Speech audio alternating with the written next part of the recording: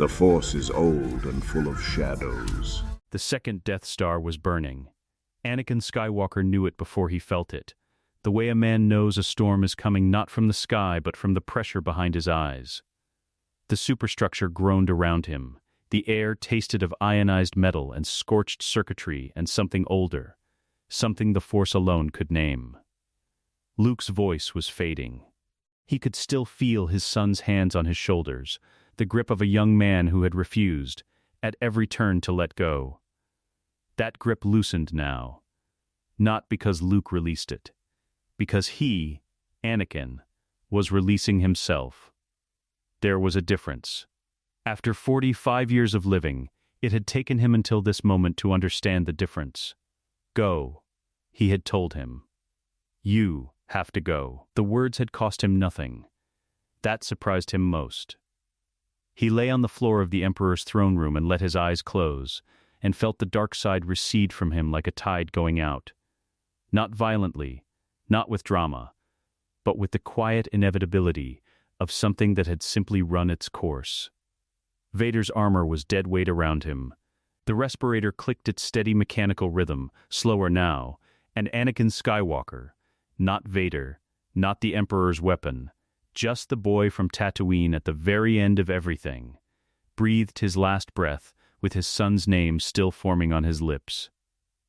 Then the light took him, not light as metaphor, light as physics, as force, as something that reached inside the cavity of his chest and seized what remained of him, and pulled with a violence that had nothing gentle in it. This was not the peace of the Force he had imagined in his dying moments. This was a hand. An intention. The cosmic force making a decision faster than consciousness could protest. Cold replaced the warmth of the throne room. The sensation of gravity reversed. He felt himself turned inside out, as if the Force had reached into the hollow place the dark side left behind and filled it with something else entirely. Something bright and cold and purposeful, compressing him down into a shape that didn't fit. He slammed into a body like hitting water.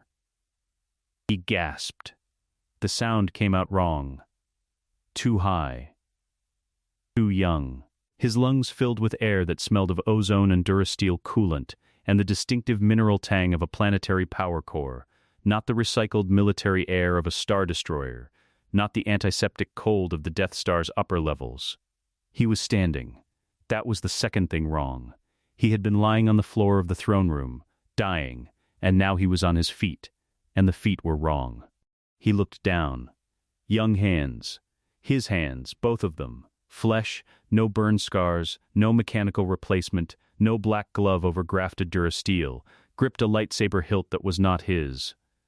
The weapon was Obi-Wan's. He recognized it the way you recognize a stranger's handwriting when you've studied their letters for 40 years. Different grip panels, different weight, the ignition position 1 millimeter higher than where his thumb expected it. He was behind a ray shield. The bluish glow of it hummed 3 meters in front of him and 3 meters behind. A containment barrier. Theed, the generator complex. He placed it before he placed himself, because he had stood in this exact corridor in his own past and watched. As a 9-year-old boy pressed against Qui-Gon's side, as the battle played out on a holofeed afterward. He knew this room. He knew the smell of it. He knew what the ray shields meant. He raised his free hand and touched the beard on his jaw. Not his beard. Obi-Wan's beard. Cropped close, carefully maintained. The hair of a man 25 years old who took methodical care of himself. And Anakin had a memory of teasing Obi-Wan about that beard, calling it the most aggressively disciplined thing about him, and he had meant it as a joke, but Obi-Wan had just smiled with those tired eyes and said nothing. He was Obi-Wan Kenobi. He was 25 years old. He was dead, and he was 25, and he was wearing his master's face in a corridor on Naboo. Through the ray shield, something moved. Qui-Gon. The recognition landed in his chest like a stone dropped into still water. Qui-Gon Jinn, tall, unhurried even mid-combat, his long hair pulled back, and a single strand of it loose across his forehead, was fighting Darth Maul in the antechamber beyond the barrier. Anakin knew the choreography of it. He had studied it. He had grieved it.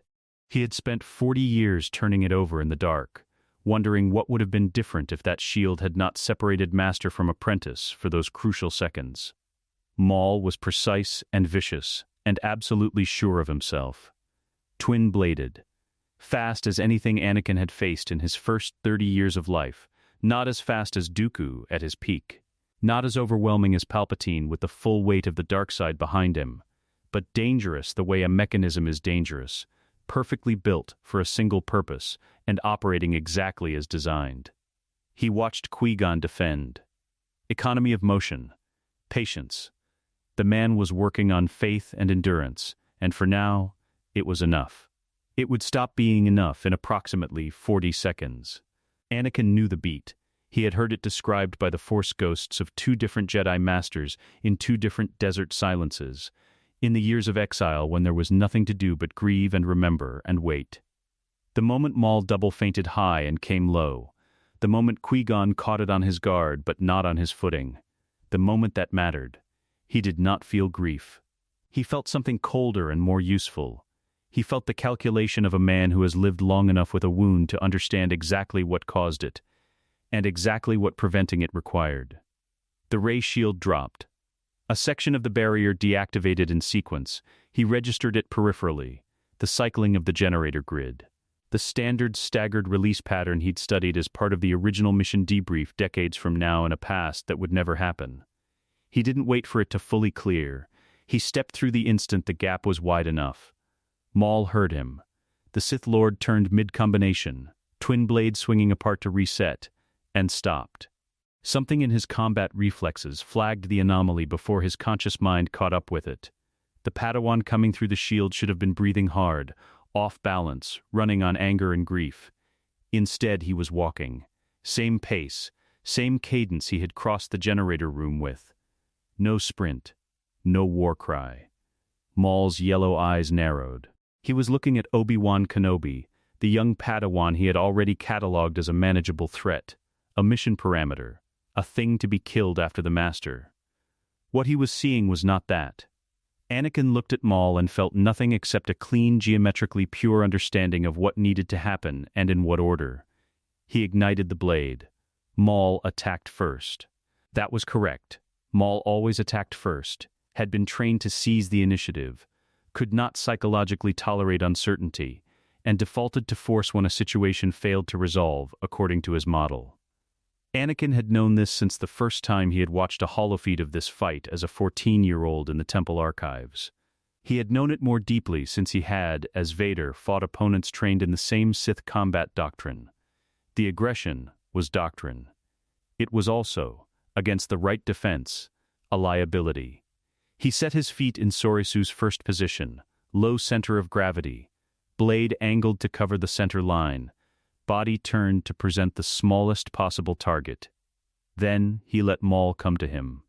The twin blades were a storm system, high-low-high, spinning combinations designed to overwhelm by volume what they couldn't penetrate by precision. Against young Obi-Wan, even Sorisu-trained Obi-Wan, the sheer kinetic pressure would have forced a defensive step back, and then another, and the geometry would have turned against the defender. Maul knew this. The approach was calibrated for it. What the approach was not calibrated for was a man who had killed Count Dooku at the height of both their power, who had faced every blade the Clone Wars could produce, who had defied Palpatine at the full height of the dark side and endured long enough for his son to reach him. The first combination broke against Anakin's guard like a wave against a breakwater. He did not retreat. He absorbed the strike. The blade-on-blade contact vibrated up through the hilt into his wrist. And the wrist was young and the bones were 25 years old, and the impact sang up into his shoulder. And he held his ground. And he pushed. Not far. Not dramatically. Just enough to break Maul's rhythm. Maul recalibrated in the span of a heartbeat. Anakin moved into the space that recalibration created. One step inside Maul's guard. One movement, compact, economical, no more motion than strictly necessary, that reversed the geometry of the exchange with a violence so efficient it almost looked effortless. Obi-Wan's body moved in Sorisu's tight defensive arcs, but the intention driving those arcs was Gemso. Every parry converted immediately into a return strike, brutal and final, Vader's engine running on a Padawan's chassis. Maul had time to read it wrong. He had time to see the shape of Obi-Wan and expect the behavior of Obi-Wan. Then he had no more time. The blow was clean. The result was irreversible. Darth Maul fell in 2 pieces, and the generator complex was silent. And Anakin stood over him in the body of a 25-year-old Padawan whose hands were not shaking. Qui-Gon was behind him. He could feel the older man's presence, surprised, not quite steady, reading what had just happened with a master's senses and arriving at no conclusion that fit his existing model of his apprentice. Anakin lowered the lightsaber and breathed. He had 40 years of work to do. He had a boy to raise, and a chancellor to outmaneuver, and a galaxy to pull, by hand, back from the edge of an abyss it didn't know it was standing on. He had time. He turned to face Qui-Gon Jinn, and he let himself look. Really look, at the face of the man who had, in another life, been the beginning of everything that went wrong. He said nothing yet. Some things needed a moment. Qui-Gon Jinn did not ask questions in the corridor. That was the first surprise. Anakin had expected it. The sharp, searching look of a master cataloging an anomaly in his apprentice, the careful phrasing that would turn concern into inquiry without sounding like accusation. Qui-Gon was good at that. He had been good at so many things, and Anakin had spent 4 decades understanding which of them he had failed to learn. Instead, Qui-Gon crossed the distance between them in 3 long strides, and put both hands on his apprentice's shoulders, and looked at him, with those gray eyes that missed nothing, and said, quietly, "Are you hurt?" "Not what happened to you. Not that was not Ceresu. Just the first question a man asks when someone he loves has been in danger." Anakin felt the weight of it land somewhere deep in Obi-Wan's chest. His chest now. This chest. 25 years old and still learning how to carry things. "No," he said. The voice came out steadier than he expected. Lower than Obi-Wan's natural register, but not alarmingly so. "I'm not hurt." Qui-Gon studied him for a moment longer. The hands on his shoulders did not move. "You were fast," the older man said. Not a compliment. Precisely. An observation that was waiting for its other half. "He would have killed you." Anakin held the gray gaze. "I wasn't going to watch that happen." Something moved in Qui-Gon's expression. Something that did not resolve into any single emotion he could name. But that filed itself away with the particular care of a man who intended to return to it. Then the moment passed, the hands came off his shoulders, and Qui-Gon straightened to his full height and said, "Come, there's a boy we need to find." Anakin Skywalker, the 9-year-old one, was in the palace courtyard with the Gungans. He was sitting on an overturned supply crate at the edge of the celebration, slightly apart from it, watching the Naboo and Gungan soldiers move through the square with the particular stillness of a child who has learned that joy is something that happens to other people, unless they make themselves very small. He had a smear of hydraulic fluid on one cheek, and his hair was disheveled and his eyes were enormous, tracking everything at once. He looked exactly as Anakin remembered him. That was the thing he had not prepared for, had no way to prepare for, because there was no preparation adequate to standing 10 meters away from yourself at 9 years old and seeing your own face wearing an expression you had spent your adult life learning to recognize in other people. Guarded hope, the specific alertness of a child who wants very badly to trust what's happening and doesn't yet know if it's safe. Anakin stopped walking. He stopped because if he kept walking he would reach the boy, and he didn't know what he would do when that happened, whether he would say something useful, or whether the weight of 65 years of knowing exactly who this child became would come out of him in a way that served neither of them. He stood at the edge of the courtyard, and he breathed through it, the way Obi-Wan had taught him, the way the real Obi-Wan had tried to teach him, back when he had been the child on the crate and couldn't hear it yet. Qui-Gon moved past him without comment and crouched down in front of the boy, speaking quietly.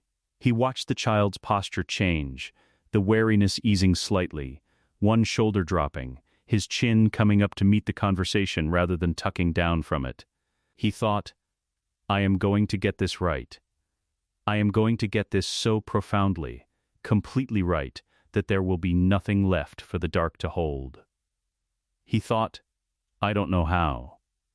Then he walked forward anyway. The boy looked up when he approached, and the scrutiny in those eyes was immediate and absolute. 9 years old. And he had already learned to assess adults the way adults assessed weather, for signs of what was coming. "This is my Padawan," Qui-Gon said. "Obi-Wan Kenobi." "I know," the boy said, still watching him. "You're the one who killed the Red One." Yes, he was going to kill Qui-Gon. Not a question. A statement offered as test, to see if it would be corrected or confirmed. "He was," Anakin said. The boy absorbed this. His expression did not change, but something behind it shifted. A door moving on a hinge, not opening yet, just acknowledging that opening was possible. "You didn't look scared," he said. Anakin crouched down, bringing himself to the boy's eye level. It was instinctive, something he had done 10,000 times with clone troopers, with frightened civilians, with anyone whose trust needed to be met where it was rather than asked to climb. "I wasn't," he said. Truthful, possibly the most truthful thing he would say today. "Obi-Wan is usually very cautious," Qui-Gon said, a note of something that was not quite amusement behind it. The boy glanced at Qui-Gon, then back. "Processing. Are you going to train me?" he asked, directly, the way 9-year-olds ask direct questions when they have already decided they want something and are working out whether to want it openly. Anakin looked at this child, at this specific, unrepeatable, luminous, catastrophically powerful child, and felt the full weight of the answer settle on him. Not the political weight, not the Council's conditions, not the prophecy. The simple, human, irreducible weight of yes. "Yes," he said. "I'm going to train you." The council chamber the next morning was exactly as cold as he remembered, and he had not been the one who stood in it the first time. 12 seats. 12 masters. The city of Coruscant throwing early light through the windows and columns that caught the dust and made the chamber look older than it was. More ancient, more final. He stood at the center of the circle and felt the room the way he had learned to feel rooms as Vader, as a collection of vectors, intentions, pressure points. Where the skepticism concentrated, where the uncertainty lived. Mace Windu's gaze was a physical thing, flat and measuring. Yoda's was something else entirely. Not assessment but attention, which was different and considerably less comfortable. Old eyes that had watched the Force for 900 years did not assess, they simply saw. "Trained young Anakin, you wish to, Obi-Wan." Yoda's ears were slightly raised. Not alarm. Attention. "I do, Master Yoda." "The Council has not decided this," Mace said. "Even and final, the way stone is even and final." "I know." He kept his voice at Obi-Wan's register, steady, respectful, a posture of deference over the bedrock of absolute certainty. The boy has no one here. He's 9 years old, and the Force is moving in him at a level none of us will see again. Training him isn't a question of whether. It's a question of who and how. Fear in him. There is, Yoda said. Yes, no qualification, no argument. There is. He is a child who was enslaved on a planet the Republic doesn't govern, raised by a mother who gave everything she had to shield him, and he's been on Coruscant for 48 hours. Of course there's fear. The question is what we do with it. Silence. Not uncomfortable. The working kind. The Council's concern, Mace said after a beat, is not that the boy is afraid. The concern is that a Padawan who has not yet completed his own trials is proposing to take on a student of this complexity. Anakin held the gaze. "I'm aware of my standing," he said.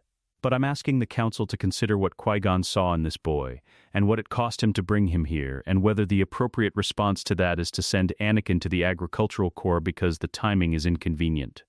Mace did not move. Yoda's ears shifted a half-centimeter. "Reckless this is," Yoda said, but his tone had not taken on an edge. If anything, it had taken on a weight, the particular weight of a statement that is also a question. "Possibly," Anakin said. "I'll take that risk." They gave him the boy. Not immediately, and not cleanly. There were conditions and review periods, and the quiet, structural disapproval of 3 council members who voted against, and did not stop voting against in the years that followed. But Qui-Gon's testimony carried weight, and the Force was not subtle in its endorsement, and by the time the formal session ended, Anakin Skywalker had a master. He found the boy waiting in the corridor outside the chamber, sitting on a bench, legs dangling. The same overturned crate posture transposed onto a marble seat at the top of the known galaxy's most powerful building. He had not been told to wait there, he had simply waited there, because there was nowhere else obvious to go, and because 9-year-olds who grew up uncertain of their welcome learned to stay visible rather than risk being forgotten. Anakin sat down beside him. Not across from him. Beside him. He looked at the same wall the boy was looking at, and for a moment neither of them said anything. And the silence between them was the kind that doesn't require filling. "Did they say yes?" the boy asked. "They said yes." A pause. 3 seconds. 4. The boy looked at his own hands in his lap. Small hands. The hands of someone who had pulled apart salvage machinery since he was old enough to hold a spanner. The hands Anakin knew as well as the hands he wore now because they were, impossibly, the same hands 40 years apart. "Okay," the boy said. Quiet, trying to sound like the answer didn't matter, and failing completely and not being old enough yet to know he was failing. Anakin let that sit for a moment. Then he said, "I know this is frightening. New planet, new people, new everything. You don't have to pretend it isn't." The boy said nothing. The tension in his small shoulders said everything. "We'll go slowly," Anakin said. "And when something is hard, you tell me. That's the only rule that matters right now." He felt the boy exhale, not dramatically, not with relief that broke into tears or gratitude that collapsed into words. Just a breath released that had been held a little too long. Just a child deciding, for now, that the door was safe to leave open. It was the smallest possible beginning. Anakin Skywalker, wearing a dead man's face and carrying 65 years of failure and love in equal measure, decided it was enough. 6 months into training Anakin Skywalker, Obi-Wan Kenobi was called before the Council alone. Not requested. Called there was a difference. He had learned it in his first life. When the difference between an invitation and a summons was the thing that told you whether the institution still considered you an equal or had already made up its mind. The message came through formal channels, council cipher, no explanation appended. He read it once and set it down and spent precisely 3 minutes on Obi-Wan's version of what he would have once called centering himself, which was standing at the window of his quarters and watching Coruscant's traffic layer until the tactical part of his mind finished sorting the variables. Then he went. Mace Windu was standing when he arrived. That was deliberate. Anakin recognized the geometry of it immediately, the way a standing figure at the center of a seated circle controlled the room's energy, created an asymmetry that the visitor had to work against from the first step through the door. He had used the same arrangement himself, as a general, when he needed officers to feel the weight of an assessment before they could marshal their defenses. He crossed the chamber at a measured pace and stopped at the center point and did not look for a place to sit, because there wasn't one, and asking for one would have conceded the frame. "The council has concerns," Mace said, I assumed. He let his gaze travel the circle, 12 faces, 12 different configurations of the same worry, some more carefully concealed than others. Ki-Adi-Mundi with his careful neutrality, Plo Koon radiating something that was almost sympathy, Yoda still, watching, the only one in the room whose stillness felt chosen rather than performed. What specifically? Your training methods. Mace moved, not pacing, just a half-turn that brought him to face the windows. A pause designed to let the words land with their full gravity. We've received reports from the temple instructors. Anakin's progress in the standard curriculum is irregular. Irregular, Anakin repeated. He's 2 years ahead in combat disciplines, 8 months ahead in advanced force mechanics. Mace turned back. 18 months behind in meditation, in emotional regulation exercises, in the foundational work that the council considers essential, Anakin finished. Even, no edge in it. I know what the council considers essential. I also know what the boy needs, and they're not the same list, and I've made a decision about which one takes priority in the first year of training. The temperature in the room changed. Not dramatically. These were Jedi Masters, and 12 of them in a circle had considerable practice at not reacting visibly to things that warranted reaction. but the quality of attention shifted. The way a current shifts when something interrupts its path. "You've made a decision," Mace said. "I have." Without consulting the council. The council approved my training methods when they assigned me the student. If there was a specific curriculum they required me to follow, that was the moment to specify it. He kept his voice level, not because he was suppressing anything, but because this was not a situation that required force. It required precision. They didn't. "I'm using the latitude they gave me." Yoda's eyes had not moved from him since he walked in. "Concerned we are," the old master said, "not only with the curriculum. With the boy. Tell me your concern. Attached he grows. To you." A pause, weighted with centuries of accumulated understanding of how attachment worked and what it cost. Strongly, more strongly than is customary, Anakin held the old master's gaze. 900 years of wisdom across a small, ancient frame, ears raised slightly, the force moving around him the way water moves around a stone it has learned the shape of. "Yes," he said. "He does. I'm aware. And you encourage this. I don't discourage it." A distinction that was not a deflection. A 9-year-old child who was enslaved until 3 weeks before he walked into this temple is going to form attachments. That's not a pathology. That's a child working correctly. The question isn't whether he attaches, it's whether the thing he attaches to is worth attaching to. Silence. The code.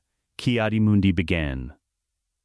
"The code," Anakin said, with a gentleness that had something underneath it that was not gentle at all, was written by beings who believed that the solution to the pain of loss was to remove the capacity for connection. I understand the logic. I've also seen where it ends. He did not elaborate. He did not need to. The words sat in the chamber and none of the 12 masters asked him to continue them. I'm not teaching him detachment. I'm teaching him that love and fear are different things, and that a Jedi's job is to learn the difference. If the Council has a foundational objection to that position, we should discuss it now. Mace Windu looked at him for a long moment, the look of a man reassessing a variable that was not behaving according to its established parameters. "You were always thoughtful," Mace said, finally, "reliable, conservative in your methods." A breath. "What happened on Naboo, Obi-Wan?" The question was careful and specific, and exactly as dangerous as it appeared. Anakin met it without blinking. "I watched Qui-Gon die," he said. "And I understood, in that moment, what I had failed to learn from him. I'm not going to make the same mistake twice with a different student." It was true in every way that mattered. It was true in ways Mace Windu could not possibly measure. Another silence, this one longer, with a different texture. The kind that follows when a room full of intelligent beings simultaneously arrive at the understanding that a conversation has reached its actual subject. Yoda made a small sound. Not quite a word, not quite a scent. "Continue you will," he said, "with conditions. Name them. Monthly reports. To the Council. On the boy's progress in all disciplines, not only the ones you prioritize." The old ears settled. "And the meditation work. Resume it. Modified if you must. But not abandoned." Anakin inclined his head. "Agreed. And," Yoda added, so quietly it was almost not a separate point, "speak to us. You should, when the weight becomes heavy. You carry much. More than a Padawan of your standing ought to carry. The Council is not only a body of oversight, Obi-Wan. It is meant to be a resource." Anakin looked at him, really looked, the way he had allowed himself to look at Qui-Gon in the generator complex. Unguarded for a single beat. The invitation in the old master's words was genuine. He could feel it in the Force the way you feel warmth from a direction you weren't facing. He thought of every conversation he had never had with the Council in his first life. Every time the weight had been too heavy and the resource had felt inaccessible and he had carried it alone until the carrying broke him. "Thank you, Master Yoda," he said, and meant it fully. He found Anakin in the training cell on the temple's 4th sublevel, the one with the highest ceilings, where the more advanced students worked, which the boy had no business being in unsupervised, but which he had clearly talked his way into anyway. He was running a saber kata with a training remote, 3 of them simultaneously. Tracking all 3, his movements still raw at the edges but his instincts ferociously correct. The temple instructor standing at the wall had the look of someone who had told the boy to stop and been cheerfully ignored. Anakin called all 3 remotes down simultaneously and turned when he heard the door. The wariness that lived behind his eyes was still there. It would be there for a long time yet, maybe always. Some of it, that was honest. But it moved aside when he registered who had come in, like a hand uncurling from a held position. "How'd it go?" the boy asked. Direct, no preamble. "Fine." He crossed to the center of the salle and gestured for the instructor to leave, which the man did with visible relief. "You were supposed to be in the East Meditation Gardens." "I was." A pause constructed from pure 9-year-old engineering. "And then, I wasn't." "I see." He picked up one of the training remotes from the floor and turned it over in his hands. This body's hands, young and unmarked. "The Council has concerns about your progress in meditation." The boy's chin came up slightly. Not defiance. Something adjacent to it. The defensive edge of a child who has been told he's doing something wrong and doesn't yet know if the person delivering the message is safe to disagree with. "I try," he said. It goes too slow. I can't make it stop moving." "What can't you make stop?" "The Force." Said like it was obvious, which perhaps it was. "It doesn't sit still. It keeps pushing, like there's too much of it."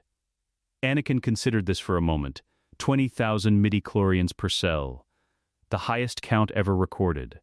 A child trying to hold an ocean still with both hands. "You don't stop it," he said. "You learn to move with it. There's a difference." The boy frowned. Processing. "How?" "Come here." He sat down on the salle floor, cross-legged. Nothing ceremonial about it, just a man sitting on a floor, and waited until the boy, after a brief study of him, sat down across from him. "Close your eyes." A pause. Master Yoda always says that. And then he looks very peaceful, and I feel like there's a storm in my head. "There is a storm in your head," Anakin said. "We're not trying to end the storm. We're going to learn to stand in the middle of it and know where your feet are." The boy was quiet. Then, with the particular trust of someone who has decided to try a thing they fully expect not to work, he closed his eyes. Anakin watched him. The Force moved around the boy like weather, enormous, uncontained. The raw power of someone who could reshape the galaxy if it was directed, and would be reshaped by the galaxy if it wasn't. He felt the familiar pull of it, recognizable even in this body, even 40 years removed from inhabiting it directly. He thought, "I know this storm. I lived in it. I lost myself in it and found nothing on the other side." He thought, "Not this time." "Good," he said quietly now. "Tell me what you feel." The boy's small face settled. Concentrated, the storm didn't stop. It wouldn't, not today, not for months. But something in the quality of his stillness shifted. Outside, Coruscant turned in its orbit and carried them both forward. He requested the mission himself. That was the part the Council found suspicious, not the destination. Not the cover story, but the request itself, because Padawans did not request missions. They received them, and the fact that Obi-Wan Kenobi had walked into the Council chamber on a Tuesday morning 14 months into his apprenticeship and asked, specifically, for a diplomatic survey run to the Outer Rim, was the kind of anomaly that Mace Windu filed away in the part of his mind reserved for things that hadn't revealed their shape yet. The mission was legitimate. A routine census of unaffiliated systems along the Arcanus sector corridor, the kind of survey the Temple assigned to junior Padawans to build navigation hours, the kind nobody wanted, the kind that generated reports nobody read. Anakin came with him, a Padawan and his student, a T-6 shuttle, 2 weeks of deep space and administrative tedium. That was what the mission report would say. Tatooine from orbit was exactly as he remembered it. Twin suns washing out the Terminator line, the surface the color of old bone, no cloud cover worth naming. He had watched this planet from orbit 4 times in his first life, twice as a Jedi. Once descending in a stolen ship with Padmé, once departing in exile with an infant wrapped in cloth, and it had looked like this every time. Patient, indifferent, a world that had been waiting out civilization since before the Republic had a name. He brought them down at Mos Espa. Anakin was at the co-pilot console, tracking their descent with the focus he brought to anything mechanical, which was total, the kind of attention that didn't leave room for anything else, his small hands moving across the instruments with a competence that still occasionally stopped Anakin cold, the competence of himself at 9 years old, before doubt had a chance to teach him he was supposed to second-guess it. "I know this place," the boy said, without looking up from the console. Not quite a question. An offering. "I know." The boy's hands slowed on the instruments. A half-second pause, the length of time it took to decide whether to ask the thing you actually wanted to ask. "Are we going to see my mom?" Yes, the console reading went unmonitored for a full 3 seconds. That was the answer. Mos Espa was noise and heat and the smell of machine oil and roasting meat and the particular quality of dust that only Tatooine produced, fine as powder, the color of rust, finding its way into everything. The market stalls were running their standard midday operation, which meant crowded and loud and no one looking at anyone directly. The social contract of a place where minding other people's business was a reliable way to lose your own. He knew where Watto's shop was. He had been there as a 9-year-old himself, in another life, cataloged the location the way children catalog places that matter, not with coordinates but with feelings, with the smell of the entrance and the sound the door made, and the precise quality of shade inside on a hot afternoon. He brought them around the long way, through the market perimeter, giving the boy time to orient without making the disorientation visible. Anakin walked beside him with a stillness that was not calm. It was the stillness of someone managing something too large to let out in public, keeping it contained through sheer will, which at 9 years old was considerable but not unlimited. "She doesn't know we're coming," the boy said. "No. Is she okay?"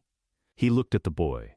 The question had the specific flatness of someone who had asked it many times in private and never received an answer they could trust.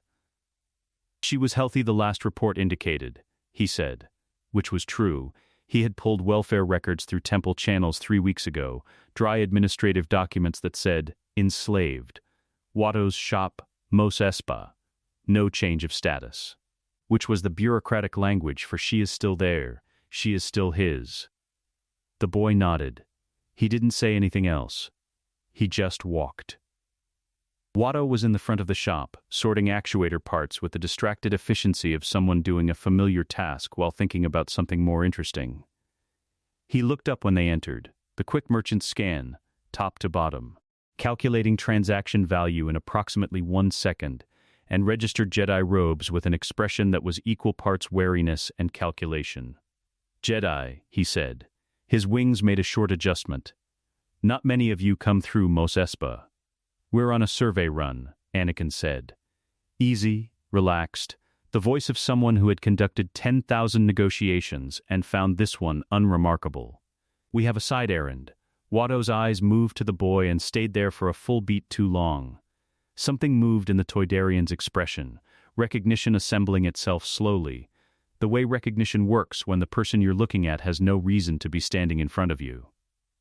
"The Skywalker boy," Watto said. "Yes," Anakin said. "And I'm here to discuss his mother."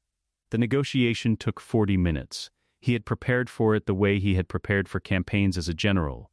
Completely, with contingencies, stripping the situation down to its structural variables before he ever walked into the room. Watto's leverage was ownership. His weakness was debt, specifically the gambling variety, which was extensive and diversified across 3 Hutt-affiliated lenders and 2 independent operators in Mos Eisley. His motivation was acquisition, specifically credits, specifically a quantity sufficient to clear the most pressing of those debts without requiring a Hutt favor. Anakin had the credits. He had spent 11 months accumulating them through the kind of careful, patient financial maneuvering that nobody at the temple had thought to prohibit, because nobody at the temple had thought a Padawan would have reason to attempt it. Small transfers, discretionary stipends redirected, A consulting fee from a navigation data brokerage that bought route surveys from temple shuttles at market rate. Not a fortune. Enough. He put the offer on the table in the flat, factual language of a man who had already calculated that it would be accepted, and was extending the courtesy of a negotiation primarily so Watto could feel he'd had one. Watto haggled. That was expected. Even necessary. A Toydarian who accepted a first offer without resistance would lose standing in his own estimation, which would make him unstable, which would complicate the transaction. Anakin let him have 2 rounds of it, conceding on the transfer timeline and holding on the total figure, and then he put the final number down, and left it there, and waited. Watto looked at the number. He looked at the Jedi who had put it there. He looked at the boy standing at the back of the shop who had not moved or spoken since they came in, who was watching this transaction with the focused stillness of someone trying very hard not to want something too much, in case wanting it was what made it not happen. Fine, Watto said. Shmi Skywalker was in the back workshop. She looked up when the door opened, the automatic alertness of someone whose circumstances had trained her to track doors, to know immediately who was entering and why, and then she saw her son, and the alertness became something else entirely. Something that had no tactical component to it at all. The boy crossed the workshop in 4 steps. Anakin did not watch closely. He looked at the shelving units along the wall, the organized rows of components and tools, the small personal details that made a workspace a place someone actually lived in. A folded cloth on the corner of the workbench, a small carved figure on the shelf above the power coupling rack. Things kept carefully in a space that didn't belong to the person keeping them. He heard Shmi say her son's name, twice, once in the first second, and once again when she had confirmed it was real. He kept looking at the shelf. When he turned back, Shmi was looking at him over her son's head with the particular expression of a mother who has just received an unexpected thing, and is trying to understand what it cost, and who paid it. Her eyes were clear and dark and very direct. "You did this," she said. Not a question. "Your son earned it," he said. "I just carried the paperwork." Her expression didn't accept the deflection, but she let it stand because her son was still pressed against her side, and that mattered more than correcting a Jedi's modesty. She put one hand on the boy's hair and kept looking at Anakin with those direct eyes. "Why?" she asked. Quiet, simple, the only question that mattered. He thought of 40 years of grief. He thought of a moisture farm on the edge of a desert, a woman already dying by the time he arrived, hands tied, the rage that followed. He thought of every version of this moment that had existed in every timeline he had knowledge of, and in all of them she had been left behind, and in all of them that abandonment had carved a wound that the dark had filled. Because he needed to know she was safe, he said. Children who are afraid for the people they love can't learn anything else. The fear fills up all the space. A pause. And because it was the right thing to do. Those 2 reasons don't have to be in any particular order. Shmi was quiet for a moment. The workshop hummed around them with the ambient sound of power couplings and Tatooine wind against the exterior walls. "Thank you," she said. Simply, without performance. He inclined his head. The boy looked up at him from his mother's side, those enormous eyes, the storm behind them quieter than usual, the specific quality of a child who has just been given evidence that the world can sometimes do the thing you needed it to do. Not proof. Evidence. The kind that builds slowly into something you could, eventually call trust. Anakin held the look for a moment. Then he turned to give them the room, and stepped back into the heat and noise of Mos Espa, and stood in the rust-colored dust of his own homeworld, wearing someone else's face, and let himself feel the full weight of what it meant to have done one thing right. The twin suns were high and indifferent overhead. He didn't mind them today. Palpatine's office smelled of old wood and ambition. That was the detail Anakin had never registered as a boy, too young, too dazzled by the Chancellor's attention to notice the room itself. But he had spent 2 decades as Vader walking into rooms designed to communicate power, and he had learned to read them the way other men read faces. The antique furniture chosen for weight, not comfort. The art selected to suggest civilization rather than display it. The desk positioned so that whoever sat behind it occupied the geometric center of every sightline in the room, and whoever stood before it was always, subtly, below, Palpatine rose to greet them with the warmth of a man who had practiced warmth until it no longer required effort. "Obi-Wan," he said, "and young Anakin." The smile reached his eyes with the precise timing of something genuine. That was the craft of it, not the smile itself, but the timing. "It is always a pleasure." Anakin inclined his head. "Chancellor, Anakin has been looking forward to this." Beside him, the boy, 13 now, 4 years of training sharpening his edges without yet hardening them. Dipped into a formal bow that was correct, but slightly impatient. The bow of someone who had been told to bow and done it, rather than someone who felt the weight of the room required it. Palpatine noticed. Of course he noticed. His eyes moved to the boy with the particular quality of attention that Anakin had once, as a child, mistaken for being truly seen. He understood now what it actually was: the attention of a man running an assessment, cataloging gaps, mapping the interior of a person the way a locksmith maps a lock. "You've grown," Palpatine said to Anakin the boy, warmly. "Your master tells me your progress has been remarkable." "He doesn't say that to me," the boy said. Dry. 14 months ago, that might have been complaint.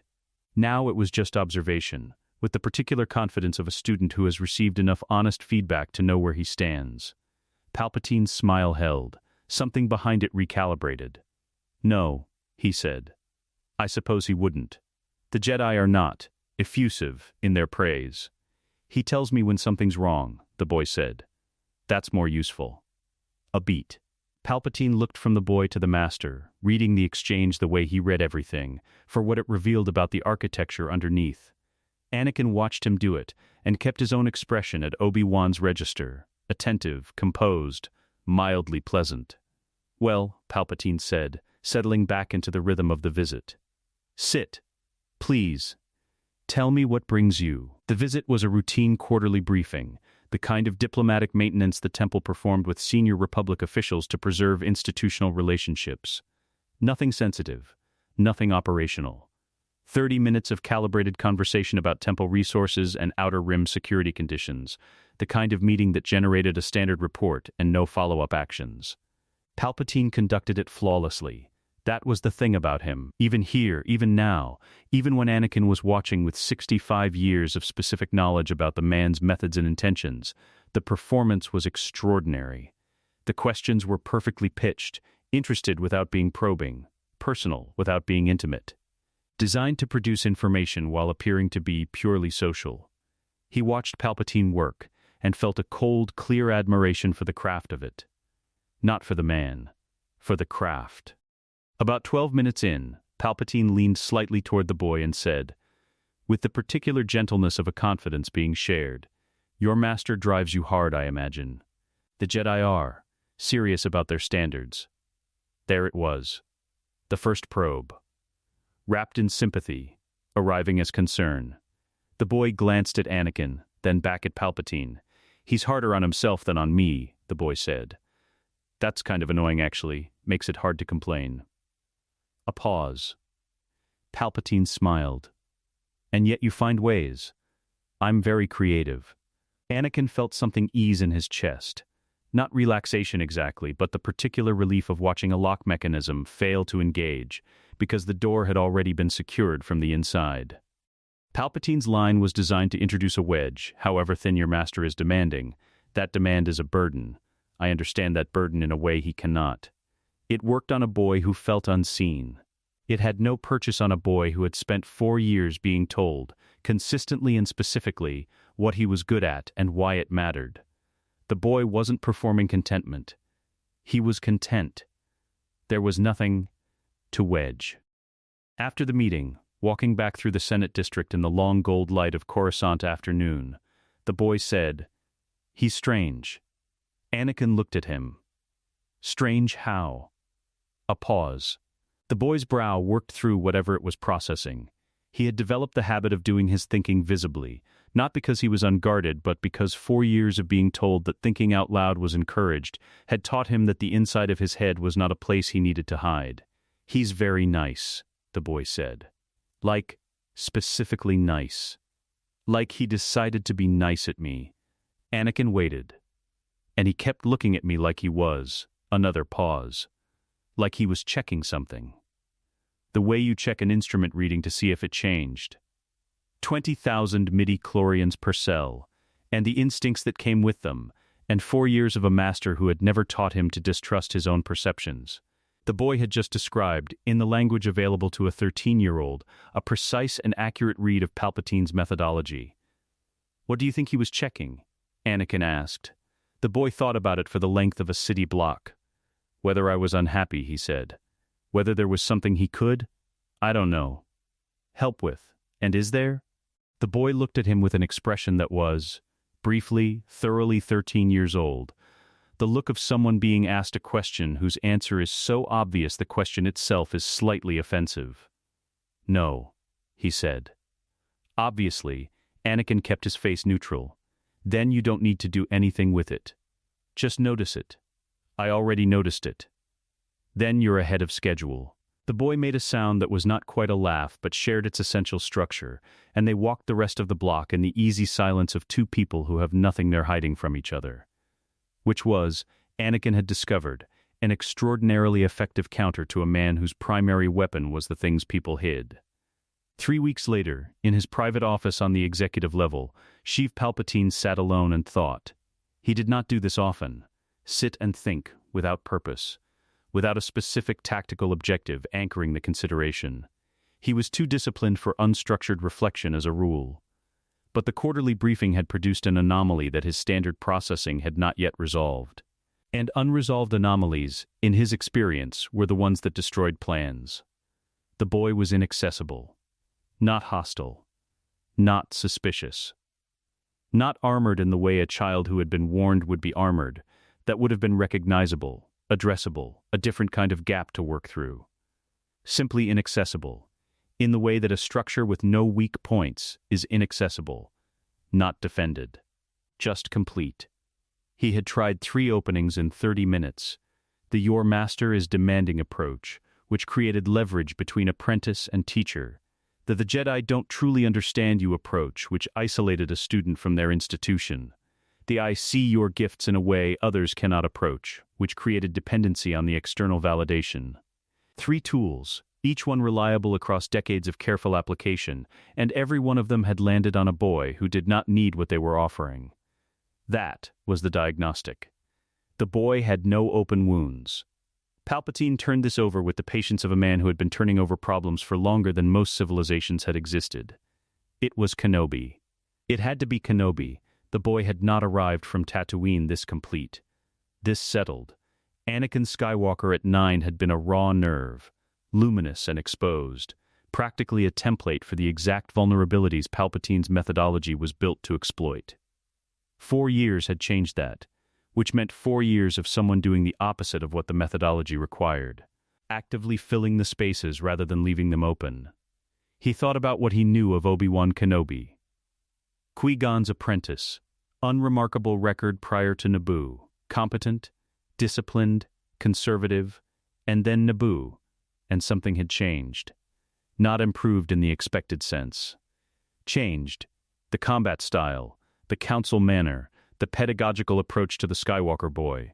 All of it inconsistent with the file. All of it pointing toward a man operating from a framework that had not been there before. He had ordered background reviews twice. Both had come back clean.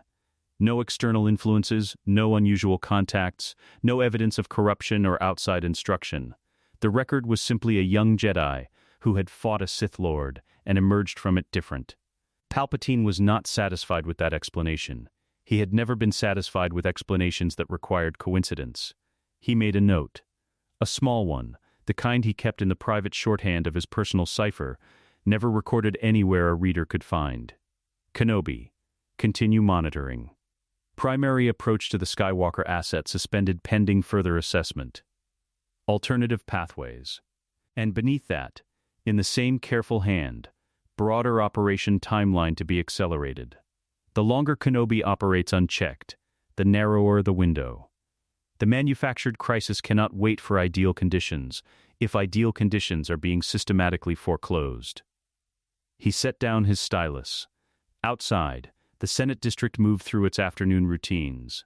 Senators and aides and diplomatic convoys crossing the plaza in organized streams, the vast bureaucratic machinery of the Republic operating exactly as it appeared to operate, no one looking up at the executive office window. The problem with exceptional intelligence, Palpatine reflected, was that it recognized its own limits eventually. He was recognizing one now. He did not know what Kenobi was. He did not know where the change had originated or what it was built on, and a variable he could not model was the most dangerous kind. He would need to probe further. Carefully, a different angle, a different tool. He had time. He had always had time. He turned back to his desk and let Obi-Wan Kenobi sit at the edge of his attention like a stone in a boot. Minor enough to ignore temporarily, impossible to ignore indefinitely. Outside, the twin moons of Coruscant's orbital array had not yet risen. There was still tonight to think. The dart was Kaminoan in origin. He knew it before the analysis came back. He had held one before, not this one, not in this life, but identical in every structural particular. The kind of object that lodges in memory not because of what it is, but because of what it preceded. He turned it over in his fingers in the temple analysis lab, while the equipment ran its confirmation, and felt the cold specific weight of foreknowledge settle into his chest like a dropped anchor. Zam Wesell was dead. The assassination attempt on Padmé Amidala had failed. He had made certain of that, moving through channels quiet enough that no report connected him to the intervention. A word placed here, a travel advisory adjusted there. The kind of structural interference that left no fingerprints. Padmé was alive and irritated and currently delivering a speech to the full Senate about security failures in the Republic's outer administrative districts. The dart was the thread. Pull it correctly, and everything unraveled. He set it down on the analysis tray and looked at it for a long moment. In his first life, this dart had sent Obi-Wan to Kamino, and Kamino had produced a clone army. And the clone army had fought a war that was designed from its inception to be unwinnable by either side, every casualty a managed transaction in Palpatine's ledger. He had been a general in that war. He had led those men. He had watched them receive their orders at the end of it, and understood, too late, what those orders had always been. He picked the dart back up. He did not go to the council first.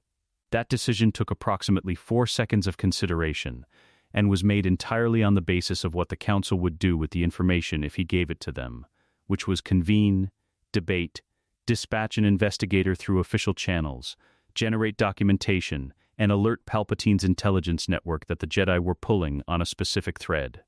The window for this was narrow. He had at most 2 weeks before the political pressure around the assassination attempt resolved into official inquiries that Palpatine could redirect. He filed a routine navigation request for Kamino, listed the purpose as environmental survey. The planet was outside the standard star charts, which created its own bureaucratic camouflage, and departed on a transport that was not a temple vessel, because temple vessels logged destinations through Republic traffic control.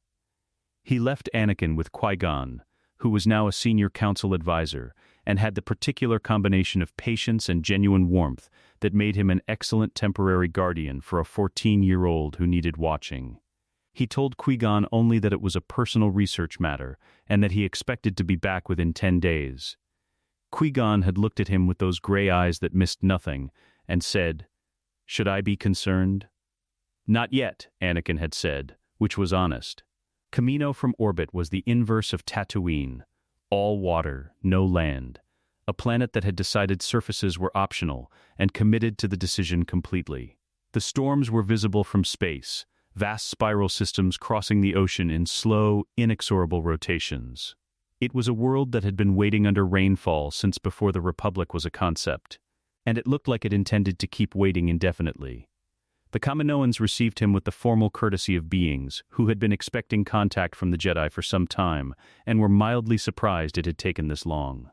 He was shown through the facility with the thoroughness of hosts who had nothing to hide about their primary product, because the primary product was legal, contracted, and fully deliverable, and they saw no reason why its existence should be treated as anything other than an accomplishment. 200,000 units, with another million in production. All of them grown from a template he recognized, Jango Fett. The armor, the face, the flat professional manner of a man who operated as a precision tool and had made his peace with that. The clones were 10 years into their growth cycle.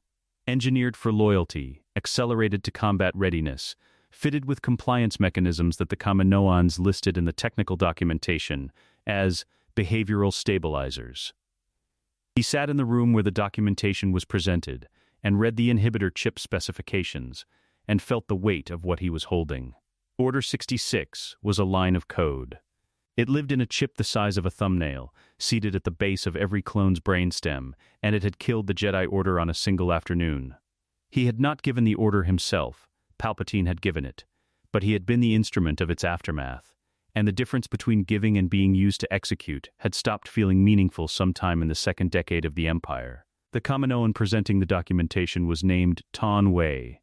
She was precise and professionally proud, and entirely unaware that the Jedi sitting across from her was reading her work through the lens of what it would eventually be used to produce. "The inhibitor chips," he said. Conversational mild. "Can you walk me through their function?"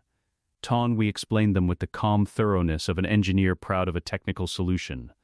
"Combat aggression management," she said. "Compliance with chain of command.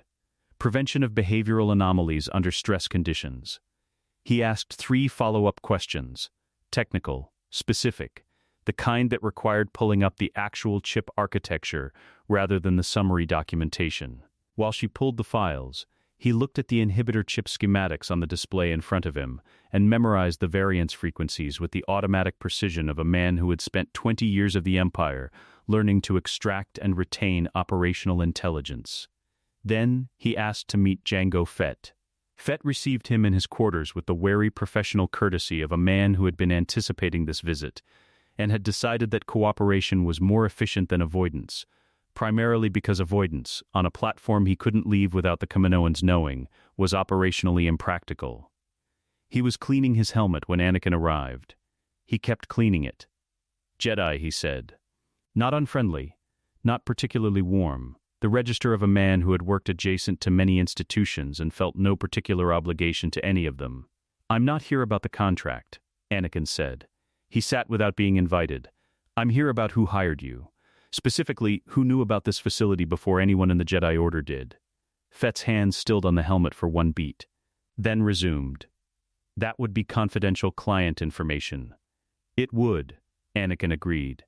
"I'm going to tell you something, and then I'm going to make you an offer, and you can do whatever you want with both." A pause. Fett looked at him with eyes that had seen enough to have stopped underestimating unusual situations. "Go ahead. Whoever hired you for this job is connected to a political faction that is engineering a war. This army," he gestured toward the facility outside, "is designed to fight that war. When the war ends, the army will be disposed of, and the people who contracted it will consolidate control of the Republic. Your son," he let that land, "is on a planet that will be in the middle of that war's worst theaters." Fett was very still. "My offer," Anakin continued, "is this. You give me the name of your contractor. In exchange, I will ensure that Boba is relocated to a system not involved in the coming conflict, under documentation that severs his connection to this facility. Clean record. No Mandalorian flagging. A start somewhere the war doesn't reach." The silence was the working kind. Fett turned the helmet over in his hands once more, a slow rotation, not looking at it. "Count Dooku," he said. The arrangement was brokered through intermediaries, but the final authorization came from Dooku. Anakin nodded. He had known. Confirmation was different from knowing. Confirmation was the thing you could carry into a room with evidence attached. "The offer stands," he said. "I'll have documentation through a neutral broker within the month. The boy stays safe." Fett looked at him for a long moment with those flat, assessing eyes. "Why?" he asked. The same question Shmi had asked, in the same simple register. "Because he didn't choose this either," Anakin said. "He spent 3 more days on Kamino. He requested full technical access to the clone development infrastructure under the auspices of a Jedi Welfare Review, a category of inspection the Kaminoans had no protocol for refusing, since it was written into the original contract's oversight provisions. He used those 3 days to do 2 things. The first was to document the inhibitor chip architecture completely. Schematics, variance frequencies, activation protocols, everything necessary to develop a countermeasure or a surgical removal procedure. He encoded it in a private cipher and transmitted it to a secure storage node he had set up through a neutral data broker 6 months ago, when he had started planning for the things he knew were coming. The second was to talk to the clones. Not formally. Not as an inspection.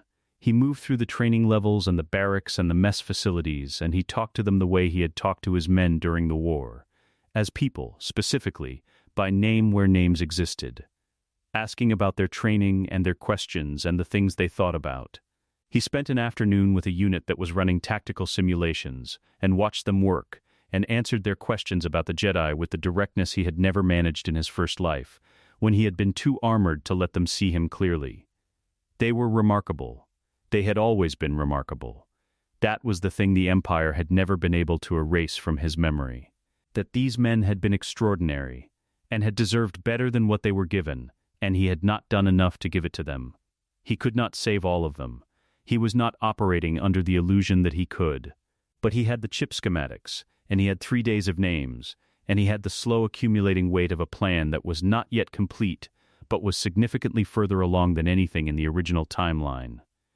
He filed his survey report on the last morning. Environmental conditions stable. Facility operating within Republic Charter parameters.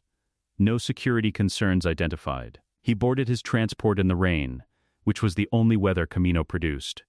Behind him, 200,000 clones continued their training in the deep levels of the facility. Patient and precise, unaware that someone had just spent 3 days quietly working on the problem of how to keep them alive.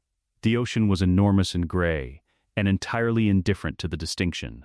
He pointed the transport toward Coruscant and let it run. He noticed it the way you notice a shift in gravity, not dramatically, not all at once, but as a cumulative wrongness in the familiar that eventually becomes impossible to ignore. Anakin, his Anakin, 17 now, 4 inches taller than he had been at the start of the year and still occasionally surprised by it, had developed a tell. It was small, a half-second delay before answering direct questions about his schedule. A specific quality of attention when Padmé Amidala's name came up in political briefings.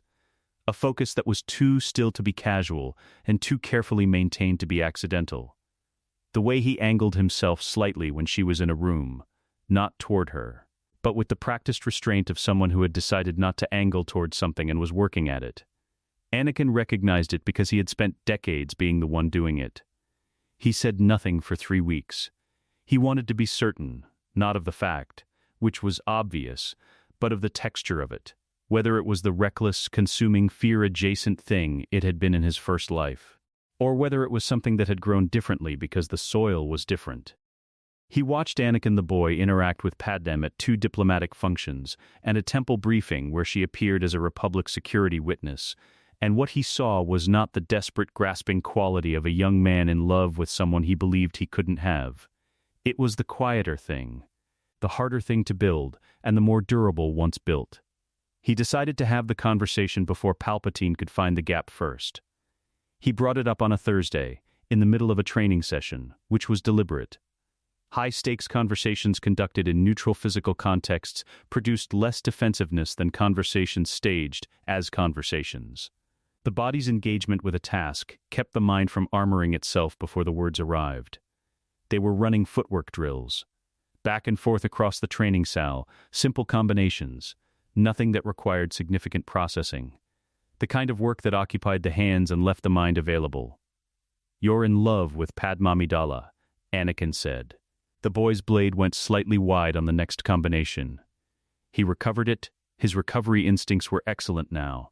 4 years of relentless work, but the deviation was there. A pause. The specific pause of someone who has prepared a denial and found it absent when they reached for it. "How long have you known?" 3 weeks of certainty. Longer of suspicion. The boy stopped the drill.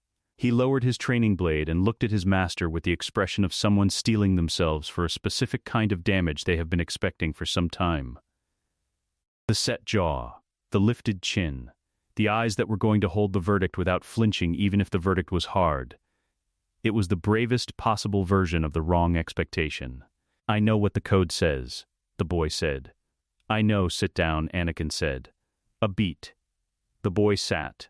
Anakin sat across from him and set his own training blade down and looked at this 17-year-old, this specific, unrepeatable, luminous boy, who had not yet learned that his capacity for love was something to be ashamed of, and said, carefully, "I'm not going to cite the code at you." The boy's expression shifted. Not relief yet. Recalibration. Then what are you going to do? Talk to you about the difference between two things that look similar from the outside. He had thought about how to say this for years. Not rehearsed. Rehearsed language had the smell of rehearsal on it, and this boy would detect it immediately. But considered. Turned over in the quiet parts of long nights until he understood what he actually believed, as opposed to what he had been told to believe, as opposed to what he had learned by living its opposite. Love, he said, is not the danger. The code's concern, the legitimate concern, underneath the way it's usually expressed, is not that Jedi will feel things. It's that a certain kind of feeling becomes a certain kind of fear. Possession. The terror of loss, so consuming that it stops being about the other person and starts being about your own survival. That's what the dark feeds on. Not love. Fear wearing love's face. The boy was very still, listening with the quality of attention he brought to things that mattered, which was total. "I know the difference," Anakin continued, "because I've seen both.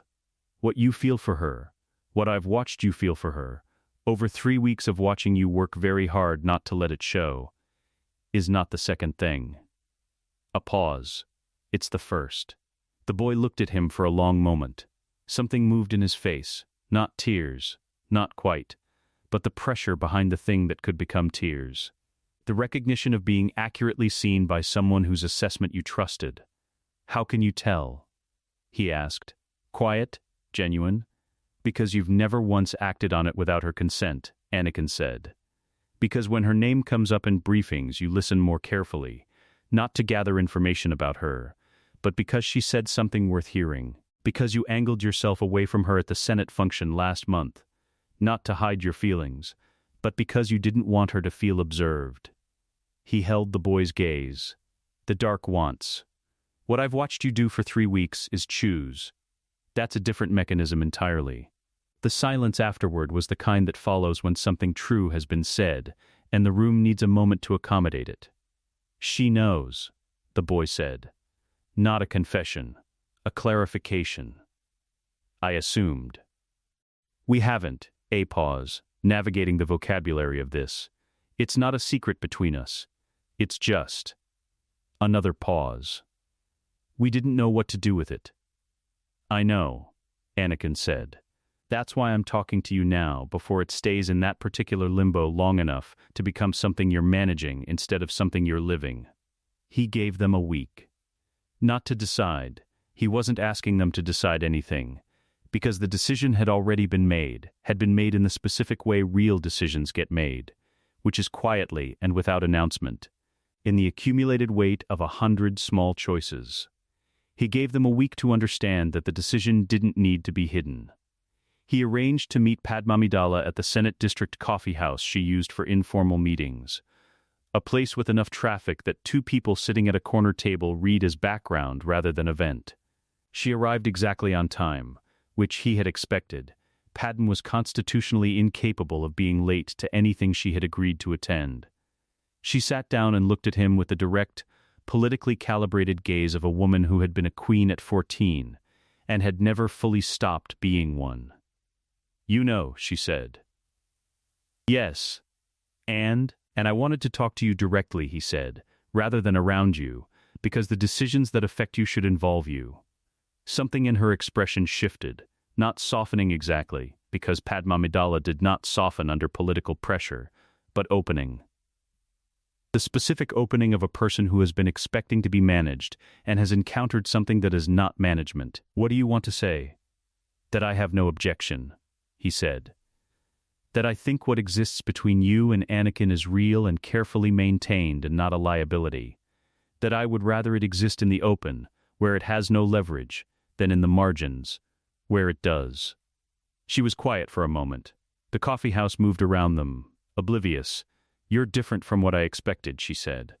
From what Anakin described. He said, "You were measured, careful, I am. This isn't careful. This," he said, "is the most careful thing I've done in 5 years. Secrets are not the same as safety. A secret is just a vulnerability that hasn't been found yet."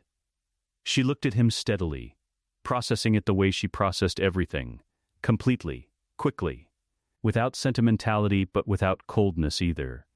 "You'd officiate," she said. Not a question. Testing the actual edge of the offer. "If you want it formalized." "Yes." Another silence. Then, quietly, with the precision of someone saying the true thing under the political thing, "He loves you very much, you know. It worries him sometimes. He doesn't think he's supposed to." The weight of it landed in the specific place in his chest that this boy's name always landed. "I know," he said. "I'm working on that." The wedding was on Naboo, at the lake house, on a Tuesday afternoon in early autumn when the light came off the water in long gold sheets and the air smelled of pine and the specific mineral cold of an alpine lake at the edge of the season. He stood at the head of the small ceremony and watched Anakin Skywalker, his Anakin, 17 and whole and unafraid, look at Padmé Amidala with the full, uncensored weight of what he felt for her. Nothing managed, nothing hidden, and did not look away. There were 4 people present. Himself, R2-D2, who had appointed himself photographer without being asked, and would not be dissuaded. The handmaiden Dorm, who served as Padm's witness, and Shmi Skywalker, who had come from Tatooine at her son's specific request, and who sat in the single chair on the bride's side, with her hands folded in her lap and her eyes very bright. He kept the words simple. He had written and discarded 11 versions, and returned in the end to the simplest possible frame. That love freely given and honestly maintained was not a weakness the Force needed to be protected from, but a strength it already understood. Anakin the boy said his vows without his voice breaking, which cost him something visible, and Padmé said hers, with the clear, unshaken directness she brought to every true thing she said. When it was done, Shmi caught his eye across the small gathering, and held it for a moment with the expression of a woman who understood more than she had been told, and was grateful for all of it. R2 beeped approvingly and rotated his dome. The lake caught the afternoon light and threw it back doubled. The war was going wrong. Not for the Republic. The Republic's armies were performing exactly as designed. Clone battalions moving through outer rim theater after outer rim theater, with the methodical efficiency of a military apparatus that had been engineered, from its genetic template to its tactical doctrine, to win at a specific scale of conflict. The casualty figures were acceptable by any strategic calculus. Territory was being held. Supply lines were intact. The war was going wrong for the man who had designed it. Palpatine sat in his private office at the end of a long Tuesday and looked at his operational map and felt, for the first time in decades, the particular cold of a plan losing coherence. Not failing, not yet, not catastrophically, but drifting from its architecture in the specific way that plans drift when a load-bearing variable stops behaving as projected. The variable was Obi-Wan Kenobi. He had been watching him for 6 years now. Patient observation, multiple angles, 3 separate intelligence assets embedded at different levels of temple proximity. None of them had produced an explanation for what Kenobi was. The combat anomaly on Naboo remained unexplained. The Camino trip, which Palpatine had learned of through shipping manifests, 3 weeks after the fact, had produced no documented findings, no council report, no follow-up action he could identify. Whatever Kenobi had found on that ocean platform, he had kept it somewhere that Palpatine's network could not reach. And the boy. The boy was the real problem. Anakin Skywalker was 19 years old and a knight in all but formal designation. The ceremony had been delayed only by the bureaucratic scheduling of a council in wartime, and he was nothing like what he was supposed to be. Powerful, yes. More powerful than anything Palpatine had encountered in a century of careful study of Force-sensitive bloodlines. But the power was housed in a young man who was, structurally, inaccessible.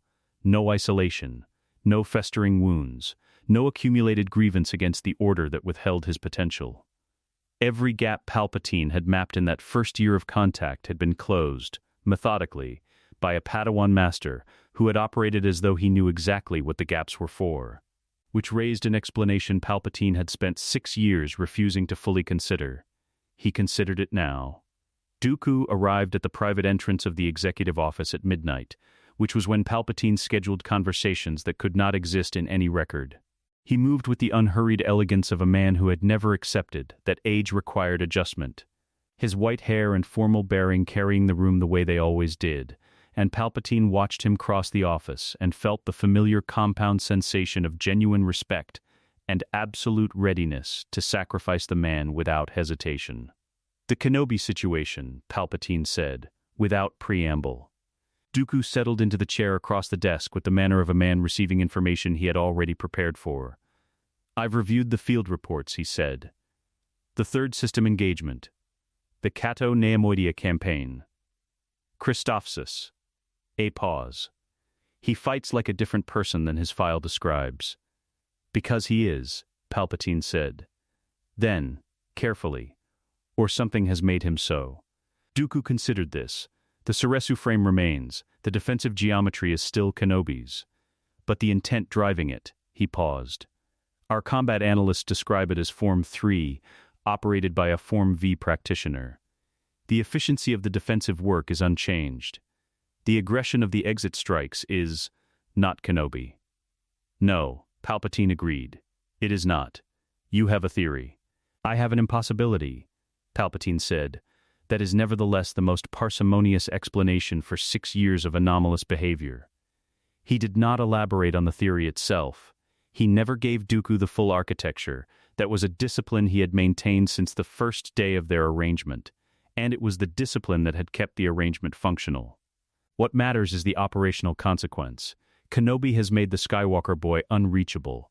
Whatever pathway we intended to use, through fear, through isolation, through the accumulated weight of what the Council denied him, that pathway is closed. Dooku was silent for a moment. "Then we open a different one. We remove the obstacle," Palpatine said. "Flat and final. The way arithmetic is flat and final. Kenobi has become the single greatest strategic liability to this phase of the plan. More dangerous than any master on the Council, because the masters I can model. I know how they think, what they protect, where their doctrine creates blind spots." A pause. "I do not know how Kenobi thinks. That is unacceptable at this stage. You want him dead." "I want him absent," Palpatine said. "Dead serves that purpose most reliably. But I will accept absent by any durable means." He looked at Dooku across the desk with the steady regard of a man who had been playing the longest game in the galaxy and was making a mid-campaign adjustment. "Take Grievous. The combined force should be sufficient for what I have in mind. I want it clean, overwhelming, and I want no surviving witnesses who can reconstruct the operational origin." Dooku's expression did not change. That was one of his genuine virtues. He had the discipline not to show what he thought about orders that put him in the field personally. Orders that were beneath his standing.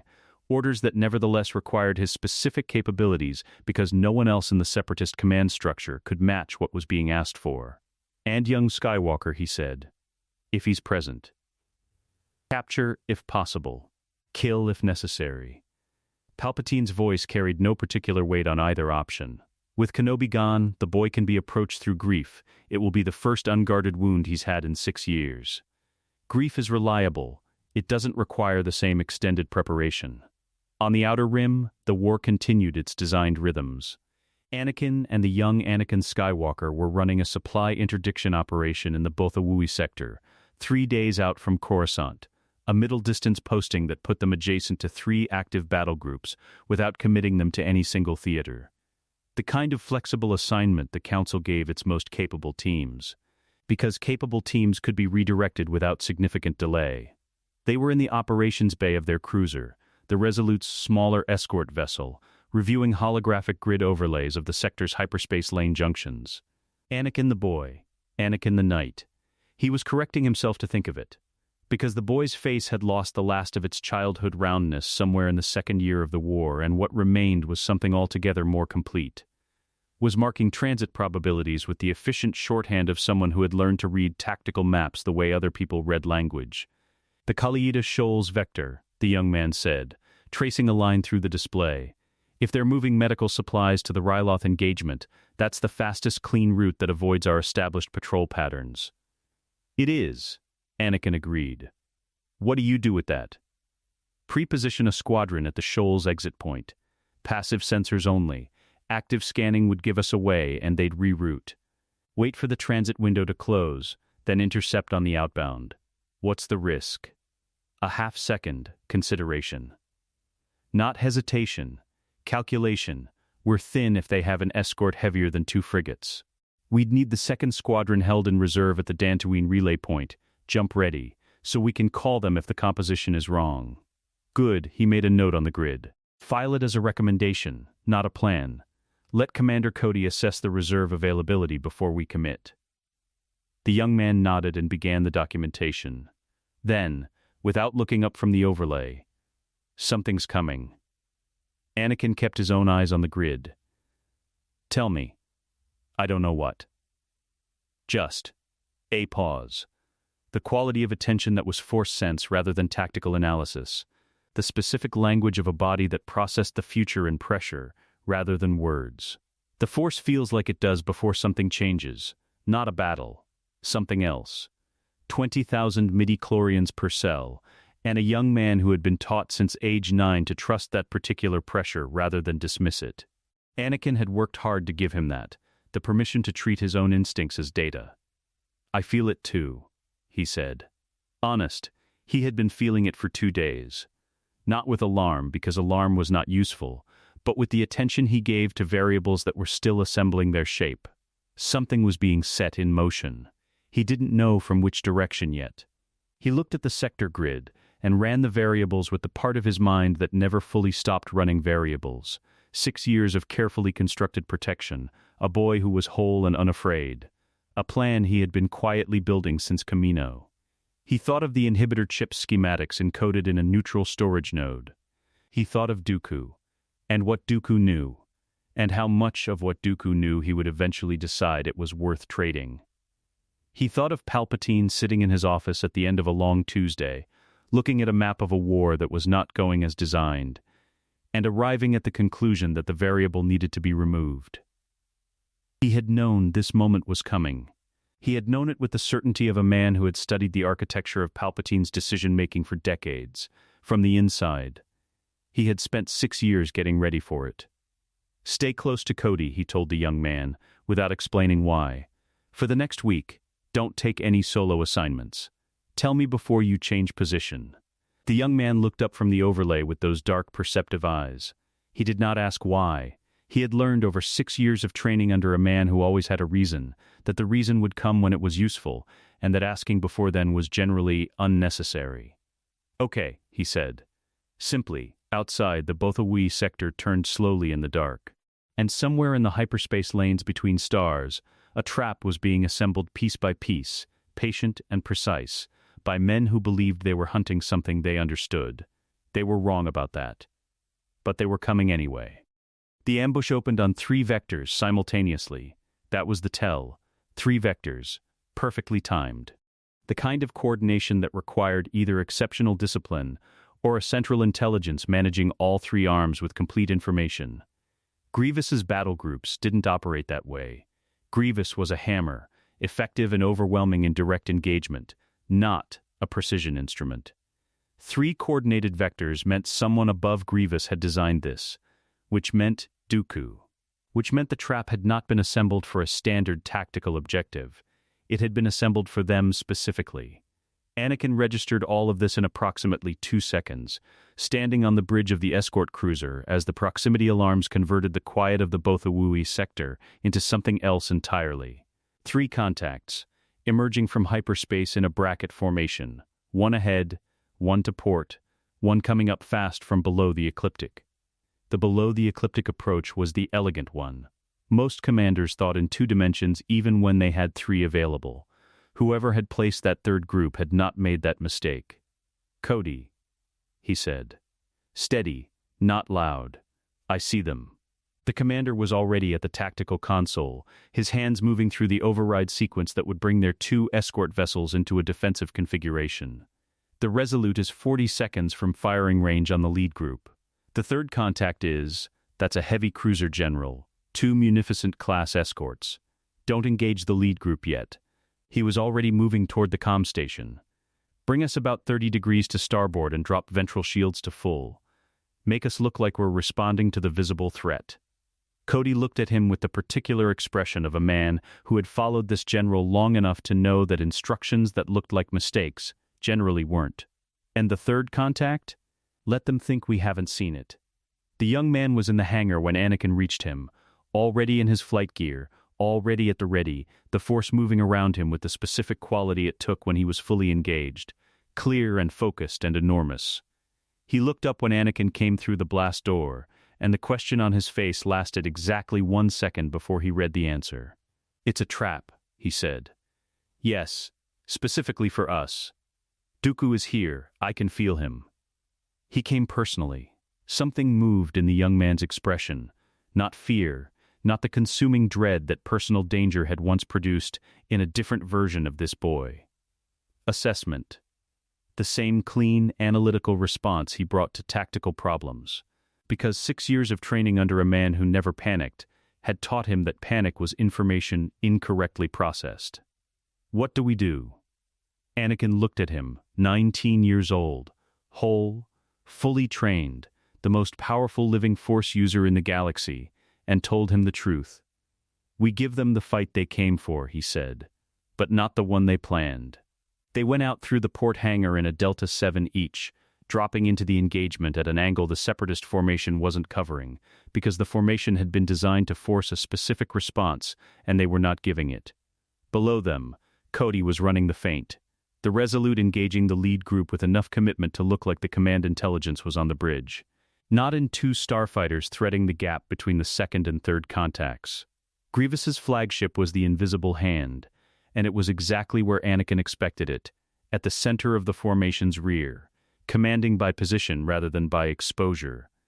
The tactical posture of a being who understood that it was a strategic asset and needed to be protected accordingly. He had boarded that ship once before, in a life this body had not lived, in different circumstances and with a different Anakin beside him.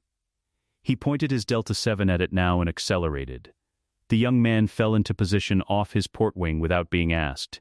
They had been flying together long enough that the formation was as natural as breath.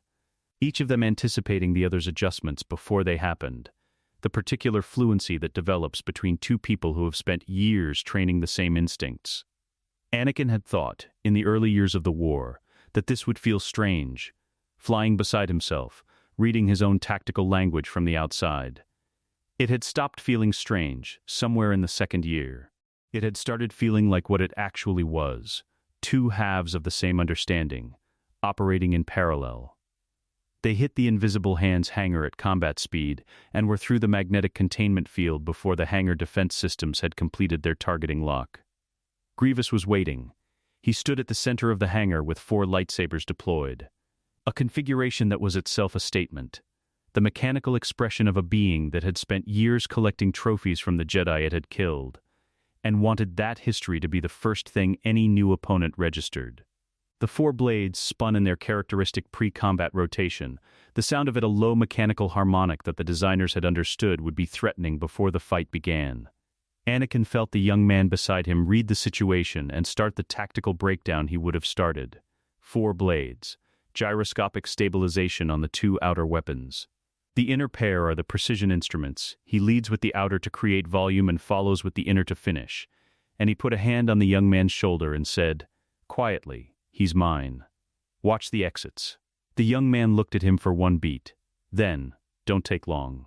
Grievous committed to the attack with the confidence of a being whose record against Jedi was extensive, and who had been told, by intelligence reports and tactical assessments, and the professional evaluation of Count Dooku himself, that Obi-Wan Kenobi was a defensive practitioner, patient, enduring, the kind of opponent you pressured until the attrition worked in your favor.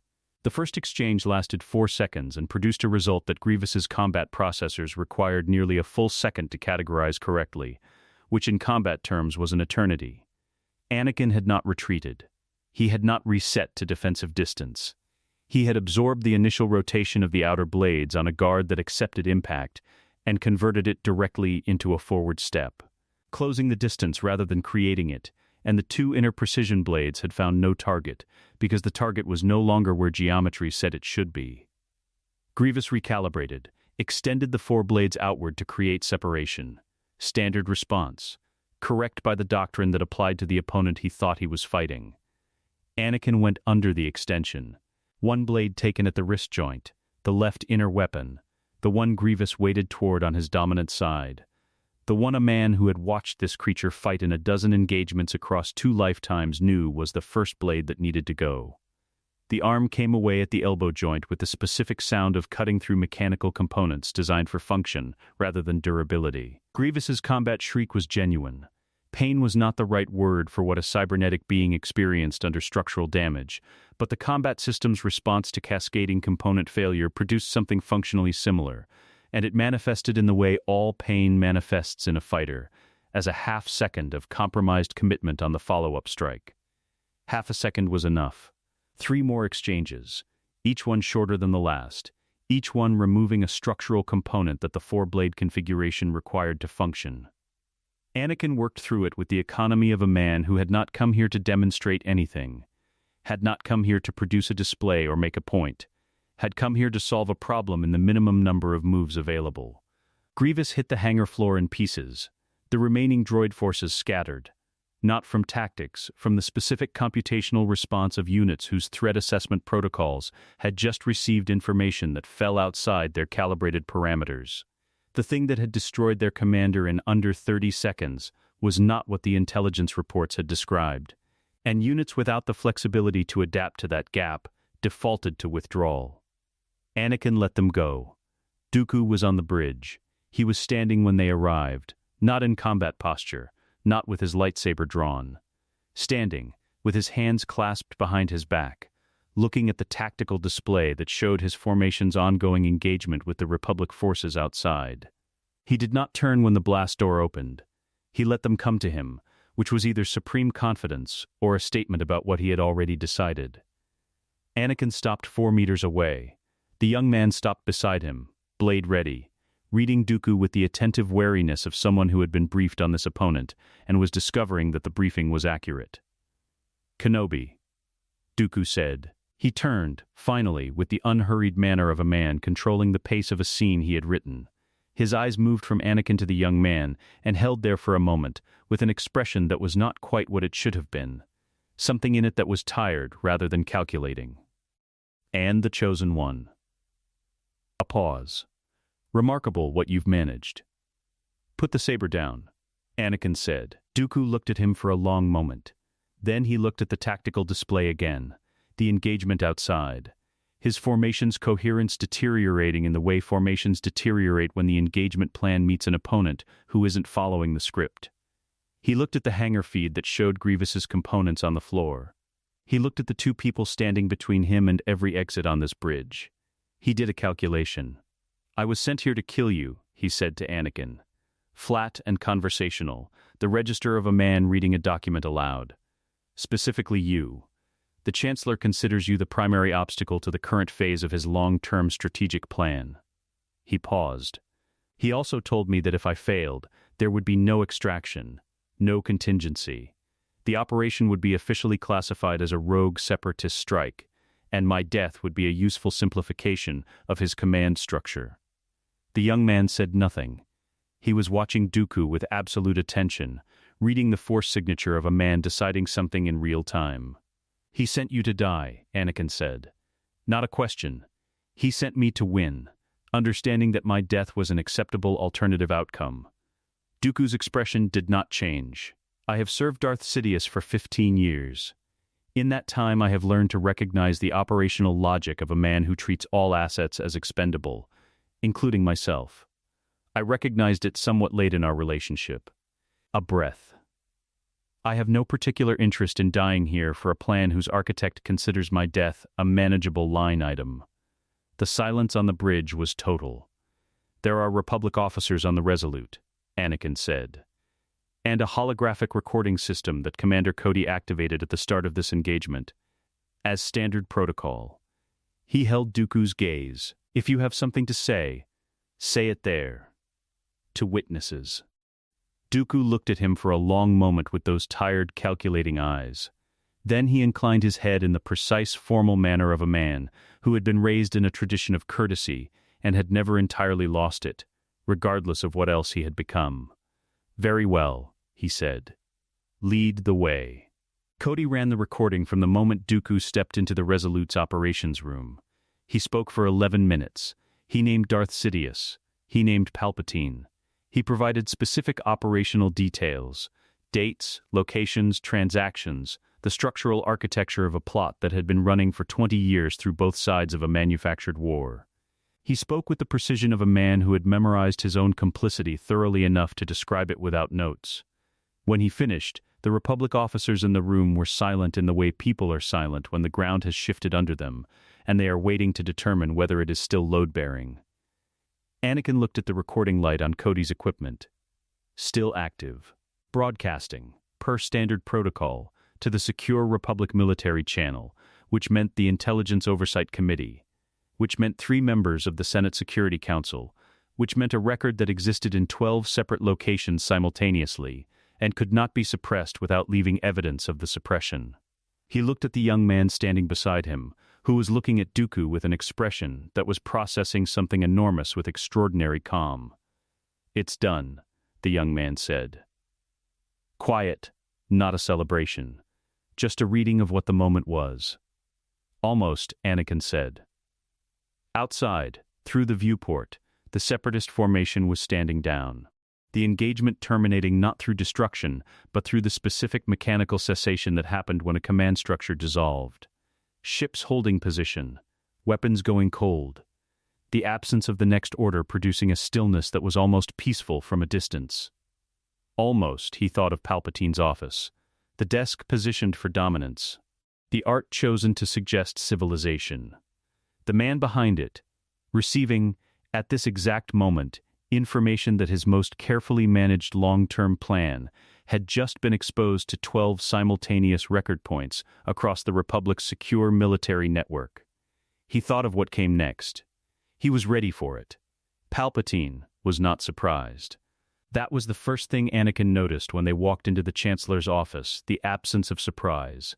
The tactical displays were dark, the staff dismissed, the room stripped down to its essential geometry. The desk, the chair, the man behind it. Palpatine sat with his hands folded on the surface in front of him, and watched them cross the office with the expression of a chess player who has seen the endgame assembling for several moves, and has spent the intervening time deciding how to meet it. He had known they were coming. Of course he had. Dooku's transmission had gone to 12 simultaneous record points. And one of those points was a Senate Security Council member whose aide had been on Palpatine's private payroll for 11 years. He'd had, at most, 4 hours to prepare. 4 hours was not enough. But he had used them. "Obi-Wan," he said. The warmth in his voice was still there, not performed now, exactly, but deployed, a tool being used with full awareness of what it was. His eyes moved to the young man beside Anakin. "Anakin, a pause. I imagine you believe you've accomplished something significant. Dooku's testimony is in 12 record systems," Anakin said. "Senate Intelligence has the full transmission. 3 members of the Oversight Committee have already issued preliminary holds on executive emergency powers, pending review." He stopped 4 meters from the desk and looked at the man behind it. "It's done, Chancellor." Palpatine looked at him for a long moment. Something moved in his face. Not defeat. Not yet. But the precise recalibration of a being of enormous intelligence encountering a problem that has exceeded its available solutions. A strategist recognizing that the board no longer supports the position he has been building. Then he stood. The lightning came without further announcement. No speech, no final monologue. Palpatine was too disciplined for theater when theater had stopped being tactically useful. He came across the desk with force lightning already forming between his fingers. A sustained arc designed to overwhelm rather than strike, the application of raw Sith power as a blunt instrument when precision had failed. It hit Anakin's guard and stopped. Not a deflection, not a redirect. A full arrest. The lightning meeting a wall of force presence that was not Obi-Wan Kenobi's and had never been Obi-Wan Kenobi's. A depth of resistance that Palpatine's attack had been calibrated against the wrong opponent to break. Anakin held the sustained arc with both hands extended, feeling the charge crawl across his palms like something alive, and pushed back. Palpatine's eyes changed. Not fear, not yet, not immediately, because Palpatine had lived a century and had not survived it by converting surprise into panic. But the recognition of a new variable landed in those yellow eyes with the specific weight of something that had been theorized and was now confirmed, and the confirmation was worse than the theory. He did not know who was standing in front of him. He had never known. And not knowing, facing something he could not model, produced in him the first genuine uncertainty Anakin had watched cross that face in 65 years of knowing it.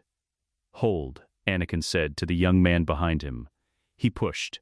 The sustained arc reversed, not the lightning itself, but the force pressure behind it, the invisible infrastructure that Palpatine's power was routed through. And when that infrastructure met a will that had spent 20 years of the Empire carrying the weight of what it had done, and another 6 years of this life building the thing it should have been, it found nothing it could equal. Palpatine stumbled back. One step. One single step, which was an enormous thing for a man who had not retreated in this office in 20 years of orchestrating the galaxy's destruction from behind his desk. The young man moved. Not because Anakin had told him to. He had told him to hold. He moved because the Force moved him, because 19 years of training and trust, and the specific education of a boy who had been given permission to be exactly what he was, had produced a young man who could read a moment with complete accuracy and act on it without fear. He came around Anakin's left side in a single motion, and closed the distance to Palpatine with the velocity of someone who had spent 6 years learning to move like water. No wasted motion, no announcement. The compressed power of Form V, meeting a target that had just lost its structural advantage. Palpatine brought his lightsaber up. A crimson blade, appearing from the hidden compartment in the desk. Of course there was a hidden compartment. There had always been a hidden compartment. He met the young man's attack with the full weight of a century of Sith combat training. He was good. He was extraordinary. He was the most dangerous combatant Anakin had faced in his first life. And the memory of that was present in his body even now, in the specific tension of watching the exchange and reading it with the knowledge of what Palpatine's 3 favorite combinations were and where each of them ended.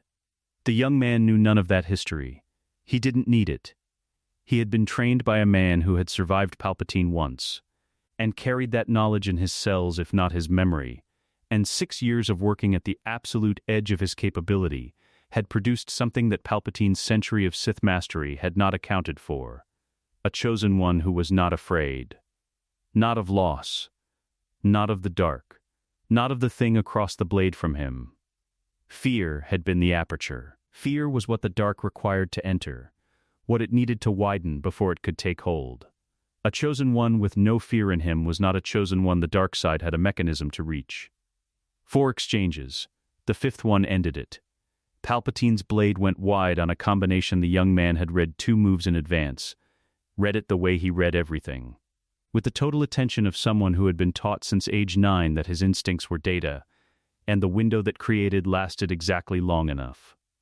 Darth Sidious, the last surviving Sith Lord, the architect of the Empire that would never now exist, went down. Not dead. Anakin had been specific about this, in the planning he had done during the 4 hours between Dooku's transmission and this office. Not dead. Captured, restrained, delivered to the Senate Oversight Committee with his Sith identity confirmed by 12 simultaneous record systems and the physical evidence of a lightsaber hidden in a chancellor's desk. Death was clean. Accountability was not clean, and not clean was what the Republic needed to actually heal from this. The young man stood over the fallen Sith Lord and breathed, once, and lowered his blade. The office was quiet. The trial lasted 8 months. Anakin did not attend most of it. He gave his testimony in the 3rd week. Precise. Detailed. Everything he had compiled across 6 years of quiet preparation, and then stepped back and let the Republic's institutions do what they had been built to do. because the point was that they could do it. That they were still functional enough to close this themselves, without requiring the Jedi to hold the result in place by force. The verdict was unanimous. The sentence was permanent. Dooku negotiated a reduced term through his testimony's value and served it on Coruscant, in a facility that was not comfortable, but was not the darkness he had earned by a strict accounting. Anakin did not visit him. He had no anger left for Dooku. He had spent it all on more important things. The Clone Wars ended without a final battle. They ended the way wars end when the political infrastructure driving them collapses, in a series of ceasefire agreements and separatist council dissolutions that took another 4 months to fully process. The inhibitor chips were removed from every clone in the Grand Army. It took 2 years. It was done. Commander Cody retired to Mandalore. Anakin attended the ceremony. The years pass the way years pass when the thing you were afraid of does not happen, not slowly, not dramatically, but in the accumulation of ordinary days that are, each of them, evidence that the worst outcome was avoided. He grew old in Obi-Wan's body. The beard went gray, then white. The joints that had been young and easy when he arrived in this life developed the particular conversation with cold weather that joints have when they have been used for decades. He did not mind. He had spent 20 years in a suit that breathed for him. Old joints were a gift. He watched Anakin Skywalker become a Jedi Master. The ceremony was a Tuesday afternoon affair. Council chamber. The gold light doing its usual work through the windows, and felt the weight of it settle in his chest with the specific quality of something completed. Not finished. Completed. There is a difference. He watched the twins arrive. Luke first, then Leia, 3 minutes apart. Padmé's voice carrying through the door of the medical suite, with a clarity that suggested she had opinions about the process, and was expressing them directly.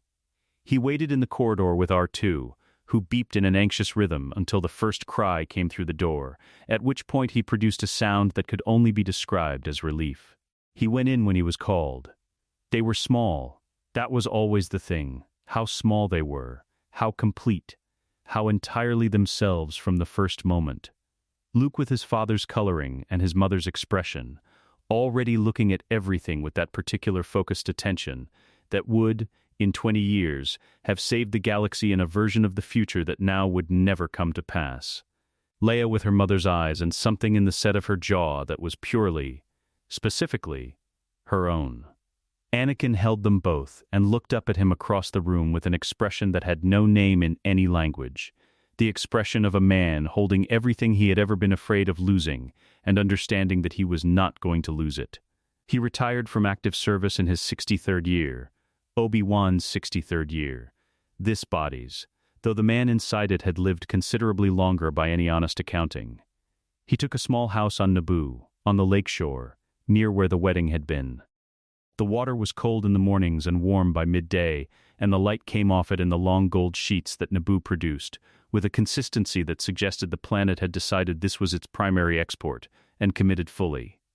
He sat on the terrace on a morning in early autumn and watched the lake, and felt the force move around him the way it had always moved. Not in crisis now. Not oriented toward anything. Just present. The background condition of a universe that was still in the process of becoming what it was supposed to be. He thought of Vader's armor on the floor of the Death Star, the respirator clicking its final rhythm, his son's hands on his shoulders, loosening. He thought of the cold light that had taken him, and the body he had been given, and the 9-year-old boy sitting on a bench in the temple corridor with his legs dangling, trying not to want things too much, in case the wanting was what made them not happen. He thought of all the things he had come back to change and all the ways the changing had changed him, and could not, in the end, cleanly separate those two things, which seemed correct. He breathed. The lake threw the morning light back doubled, the way it always did, indifferent and generous in equal measure. Across the water, in the house that had been Padmé's and was now theirs, he could hear, just barely, carried on the still autumn air, the sound of a child laughing. Luke or Leia. He couldn't tell at this distance. It didn't matter. He closed his eyes and turned his face toward the warmth, and let the Force carry him the rest of the way to peace. Let us know what you'd like to see next. The end.